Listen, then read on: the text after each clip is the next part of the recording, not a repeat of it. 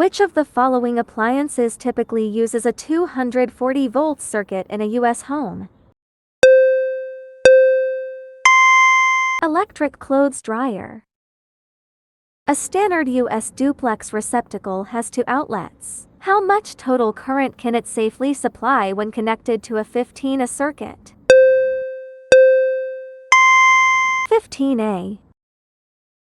What color is the bare or green insulated wire used for in U.S. electrical systems?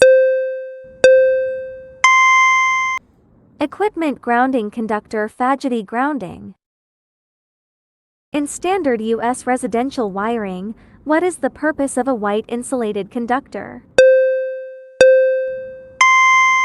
It is always the ground wire.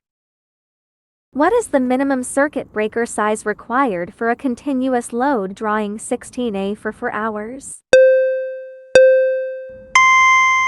15A.